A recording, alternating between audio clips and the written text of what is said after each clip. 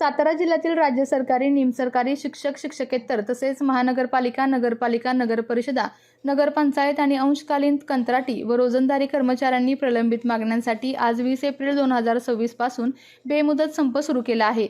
संघटना समन्वय समिती सातारा जिल्हा यांच्या वतीने हा निर्णय घेण्यात आला असून शासनाकडून वारंवार आंदोलने करूनही मागण्यांकडे जाणीवपूर्ण दुर्लक्ष होत असल्याचा आरोप करण्यात आला आहे।